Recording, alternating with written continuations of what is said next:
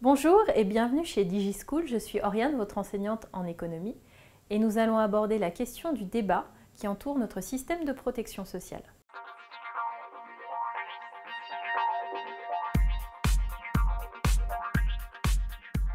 Alors, des arguments en faveur s'opposent à des arguments contre notre système de redistribution, et chacun a des arguments tout à fait valables. Alors, les arguments en faveur, pour commencer, sont de plusieurs ordres, microéconomique, macroéconomique, politique, social et sociétal. En termes de microéconomie, la hausse des coûts salariaux du fait de notre système est, selon les économistes, surtout certains économistes, compensée par l'amélioration de la productivité et de la qualité.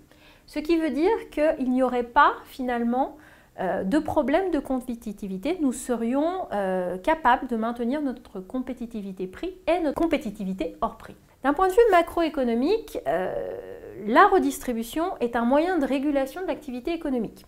Ça permet de soutenir la demande et la croissance puisque, on l'a vu, les ménages les plus modestes ont la propension à consommer la plus importante. Donc en redistribuant des revenus à ces ménages-là, on favorise leur pouvoir d'achat et donc on favorise la consommation et donc la demande.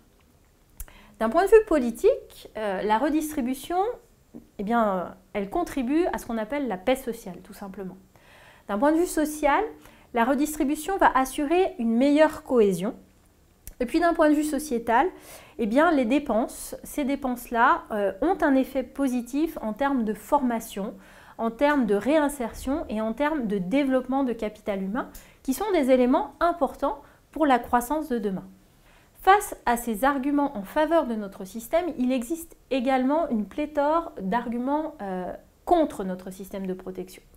Et ces arguments s'entendent également. D'un point de vue microéconomique, on sait que les prélèvements obligatoires vont fausser le marché. Si on prend par exemple la TVA, toutes ces taxes sur la consommation vont entraîner ce qu'on appelle une distorsion des prix. D'un point de vue macroéconomique, certains économistes mettent en avant un problème réel de compétitivité prix, c'est-à-dire que nous allons perdre de la compétitivité prix en augmentant les charges des entreprises.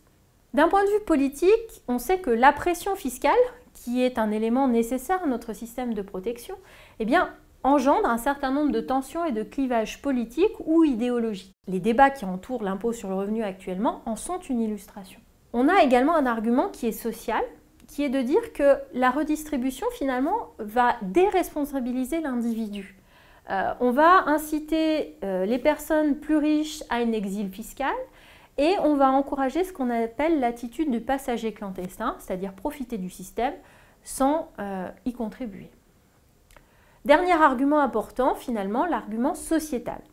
L'État emprunte pour financer, et en empruntant pour financer les déficits sociaux, on a ce qu'on appelle un effet d'éviction. L'effet d'éviction, c'est tout simplement que, comme l'État emprunte, l'argent que l'État emprunte n'est plus disponible pour les entreprises.